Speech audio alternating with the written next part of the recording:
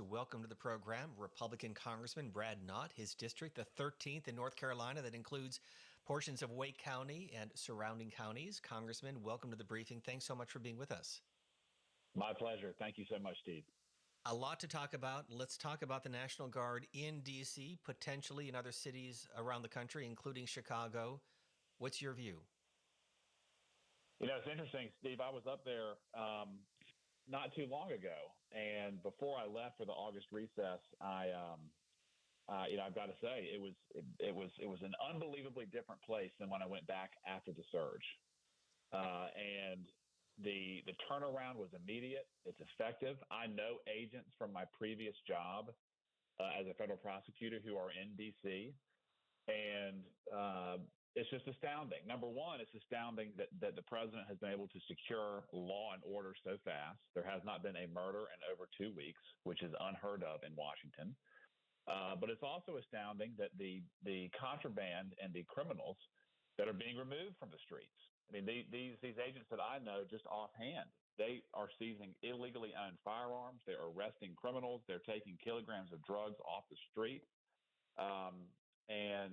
Again, there is peace, law, and order in Washington, D.C., and my hat is tipped to the president for achieving it. You are the co-author of a piece that's available at thehill.com praising the president, and you write the following, quote, "The era of turning a blind eye to the violence, disorder, and lawlessness is over." My question, Congressman, is how long can this continue? Because it is at a high price tag in Washington, D.C., estimated to be about $1 million a day for the National Guard. And if this spreads into other cities, it would be very, very costly. So to what end? What's the long-term goal in all of this?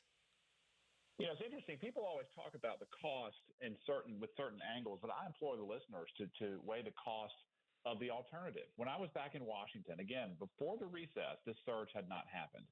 I go back to Washington after the surge had taken place and taken root. Business owners were just effusively thankful. They had more customers. More people come by their shops, their restaurants, their stores. There's more commerce going on. People are walking around without fear of being mugged or robbed or carjacked. That's the cost. The cost is if we do not fight this.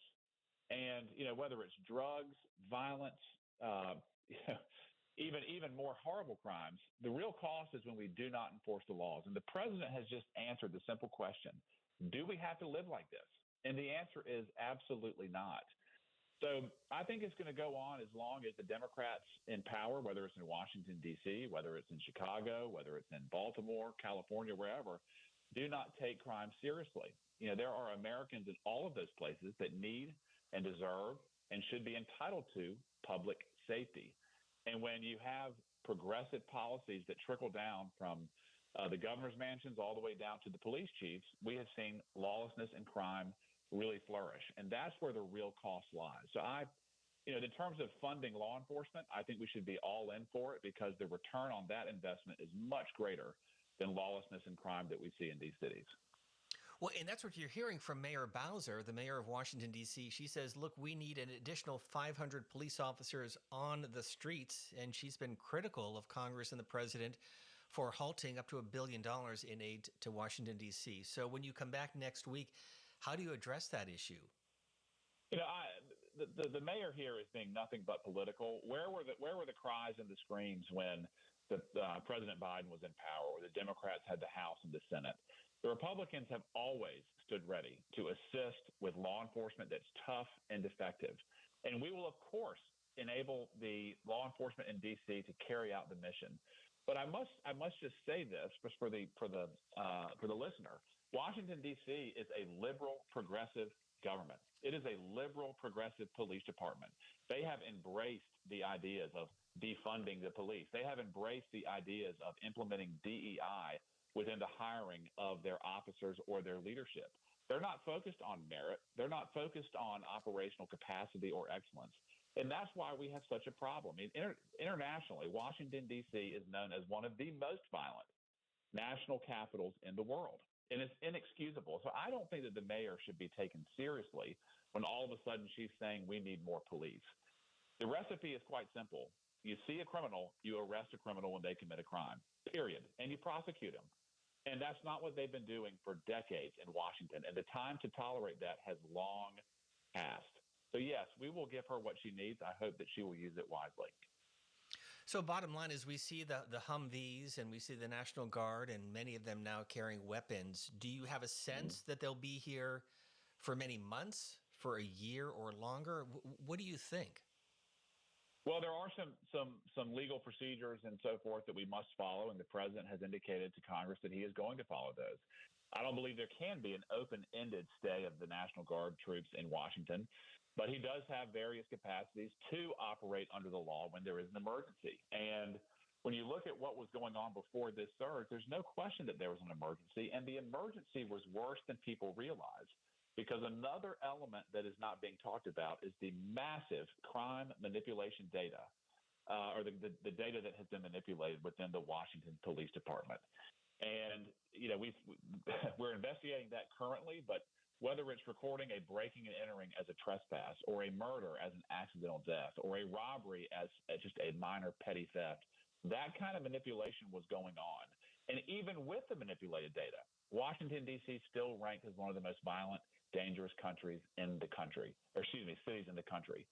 So I think that the president has sent a message loud and clear. We're going to be in this fight for as long as it takes for people to enjoy their right to a safe existence. But I hope, and I mean this earnestly, I hope that the city can get on top of this within the next month to 60 days, and then we can scale back the presence of the National Guard.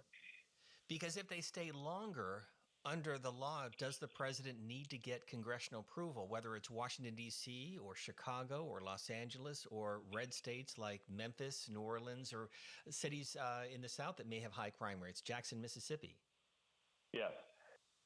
The short answer is yes. If there's an uninterrupted stay for one emergency, then the law says that he does need to get congressional authorization. Where it gets a little bit trickier is if there is a new declaration or an interruption in the 30 days. So hypothetically, 30 days pass, the president pulls back the forces. Washington, D.C. does not demonstrate the capacity to fight the crime. It comes back in earnest. He could probably reinitiate the 30-day power. But again, my focus here is let's get the crime under control. Let's enable local law enforcement to resist the pressure of the radical left to actually fight crime for Americans. And if we do that, I don't believe that the National Guard will be needed for very long. We're talking to Republican Congressman Brad Knott. And Congressman, there's an editorial that is published today in the Las Vegas Review-Journal, also in the Washington Post. It has two race cars about to go over a cliff, one for the Democrats, one for the Republicans, titled Politics. And I mention that because I think we can agree that both Democrats and Republicans bear responsibility. If you look at states like Massachusetts, there's no Republican House members. Certainly in your state of North Carolina, they changed the redistricting to benefit your party. And now we're seeing what's happening in Texas and in California and other states, Utah and Indiana. I'd love to just get your thoughts about where we're heading in all of this as we see mid-decade redistricting and the impact potentially it has on the body that you serve, the House of Representatives.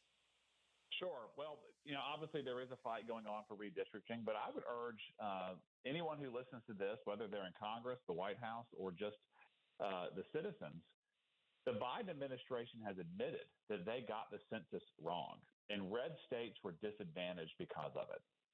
Texas, Florida, even potentially North Carolina, Ohio, we missed out on representation in Congress because of how they did the census and how they executed the census. They missed representation.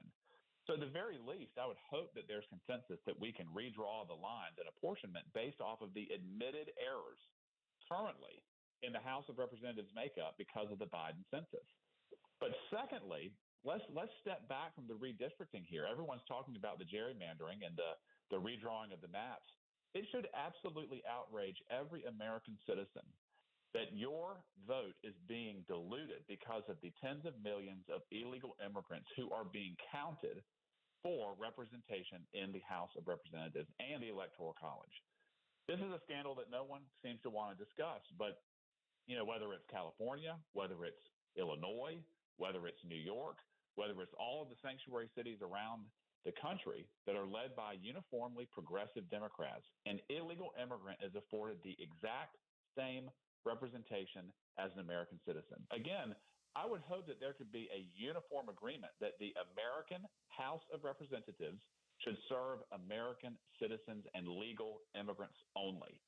There must be an effort to exclude people who are here in a criminal capacity from being counted in representation. So yes, there are mid-census, mid-decade conflicts going on, but I think we're missing the mark in some regard. And you mentioned Massachusetts and Connecticut. Well, there are a lot more states that are underrepresenting Republicans here, whether it's Massachusetts, Connecticut, New Mexico, New Hampshire, Rhode Island, Vermont, Hawaii, Delaware. All of those states, some of them have close to 50% Republican votes, 0 Republicans in Congress. Although So, Delaware just has a single member, so you can't really redistrict Delaware because it's an at-large member. well, that's true. That's true. That's fair. But you extrapolate that out to California and Texas. It's interesting. California is already gerrymandered.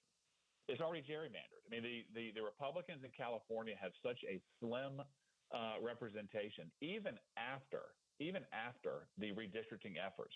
Democrats in Texas will have better representation currently than the existing Republicans in California today. So, the Democrats have long gerrymandered. They've benefited politically from it in a disproportionate way. And I can't really fault Republicans for saying enough is enough. 26 is going to be a very important election for the country. And, I wish we didn't have this battle, but we do, and we need to operate accordingly. But again, I would urge most people to demand that the census is correct first, and then secondly, that all illegals should be removed from the calculus.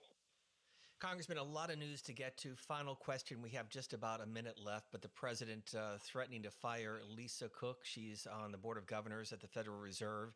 And as we know, the president wants interest rates lowered. So this is potentially what he's aiming at.